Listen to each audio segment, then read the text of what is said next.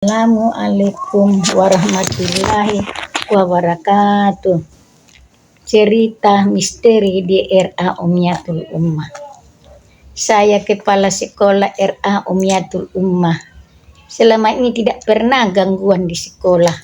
Aman dari misteri. Kamar TU kosong. TU-nya jarang masuk sekolah. Mulai hamil anaknya yang pertama sampai melahirkan. Bekerja di rumahnya, kalau datang hanya di ruangan sekolah, tidak masuk ke dalam kantor. Begitulah seterusnya sampai di bulan Ramadan. Bulan suci Ramadan, anak RA diwajibkan sekolah. Murid-murid banyak juga yang sekolah. Anak-anak banyak yang datang walaupun bulan Ramadan.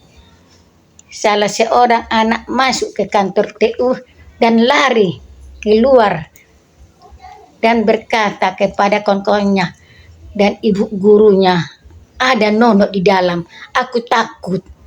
Wajahnya pucat. Kantor diperiksa ibu guru, kosong, tidak ada penampakan di kantor. Berapa hari kemudian gurunya masuk ke kantor, melihat bayangan seorang di kantor hitam besar. Ibu guru menceritakan kepada anakku, guru juga di RA Ummiyatul Ummah. Anakku menceritakan ada penampakan di kantor. Ku datangi kantor, terasa merinding. Ada di kantor, aku tak. Mulai kapan hampir 1 tahun ini sering terdengar suara dari kantor. Karena rumah rapat penduduk, kita anggap biasa saja, mungkin suara tetangga. Yang paling mengejutkan, tanaman pandan ku hangus terbakar. Tidak tahu siapa yang membakarnya. Semasa kejadiannya dengan penampakan yang ada di suara yang ada di kantor, barulah ku sadari cucuku asal tidur dekat kantor selalu takut. Aku takut nenek. Ada suara yang memanggil-manggil di dalam kantor itu. Hanya perasaanmu saja, jawabku. Aku pindah tidur ke samping dekat kantor. Ku dengarlah suara-suara seperti orang bercerita. Tapi di rumah karena banyak penduduk, kita anggap suara tetangga sebelah yang bercerita.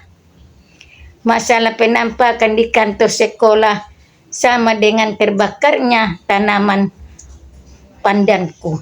Anehnya, api tidak ada bisa pandan terbakar.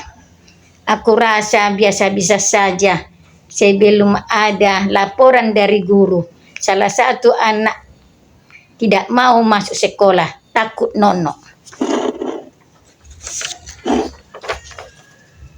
Anak-anak libur sekolah menjelang hari raya. Aku musyawarahkan kepada anakku Citra masalah kantor dan bertanya, kantor ini kita buat kamar tidur saja. Jangan kosong supaya keluar makhluk halus yang menghuni kamar ini. Masalah kantor kita buat di ruang depan.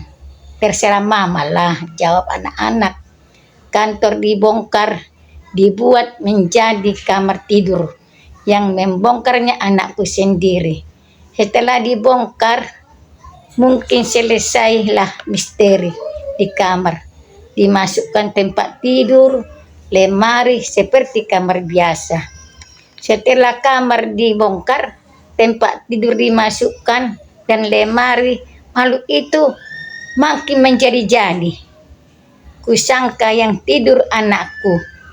Kudatangi, kubangunkan, rupanya makhluk itu badannya besar, tinggi, hitam, matanya kosong. Aku keluar dari kamar, rasa takut menyerang seluruh tubuhku dan merinding. Kudapati anakku tidur di luar. Yang di sini kamu tidur bukan di kamar? Tanyaku kepada anakku. Iya mama, aku di sini mulai tadi sore. Mengapa tidak di kamar? Tanyaku lagi. Aku merinding masuk ke kamar. Nampakku makhluk bertubuh hitam dan terus menatapku sampai aku keluar dari kamar. Dan aku tidur di luar, jawab anakku. Tanpa kita sadari, kamar sudah dihuni makhluk halus. Mulai tanamanku terbakar tanpa ada api. Kadang-kadang ada suara tertawa, kadang-kadang menangis. Mungkin perasaanku waktu itu tetangga, rupanya kiriman orang. Sudah berapa kali diruqyah barulah makhluk hilang. Semoga tidak muncul lagi. Tiba hari Lebaran, guru-guru datang berhari raya. Mereka terkejut melihat kantor sudah jadi kamar tidur. Mereka bertanya, di mana kantor kita nanti, Bu?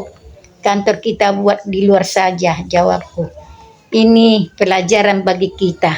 Kantor jangan dibiarkan kosong lama, akhirnya dihuni orang halus yang tidak nampak di mata kita. Aku menampaknya, Bu, tubuhnya dihitam.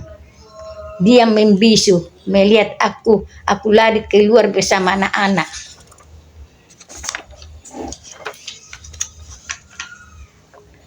Anak-anak tidak mau lagi sekolah, katanya, takut nonok. Dan anak lainnya takut masuk ke dalam kantor.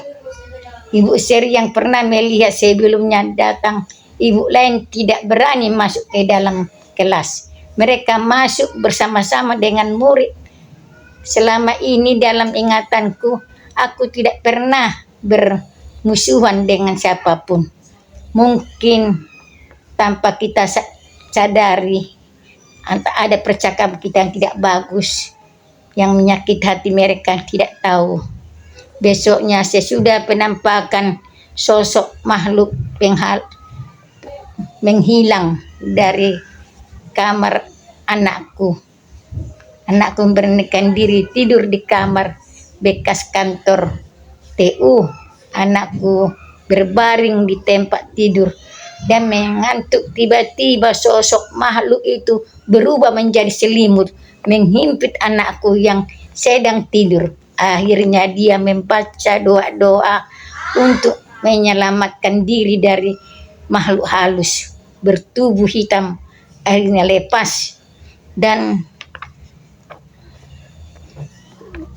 setiap pagi kami baca Quran surat Baqarah. Aku membaca doa di kamar bekas kantor. Dia muncul dan berkata, aku yang disuruh ke sini. Aku dipukuli, dicambuk bila aku keluar dari rumah ini. Kau harus keluar dari rumah ini. Akhirnya dia keluar dari kamar bekas kantor tepat di hari raya, hari Lebaran umat Islam. Sampai saat ini tidak pernah muncul lagi makhluk yang menakutkan.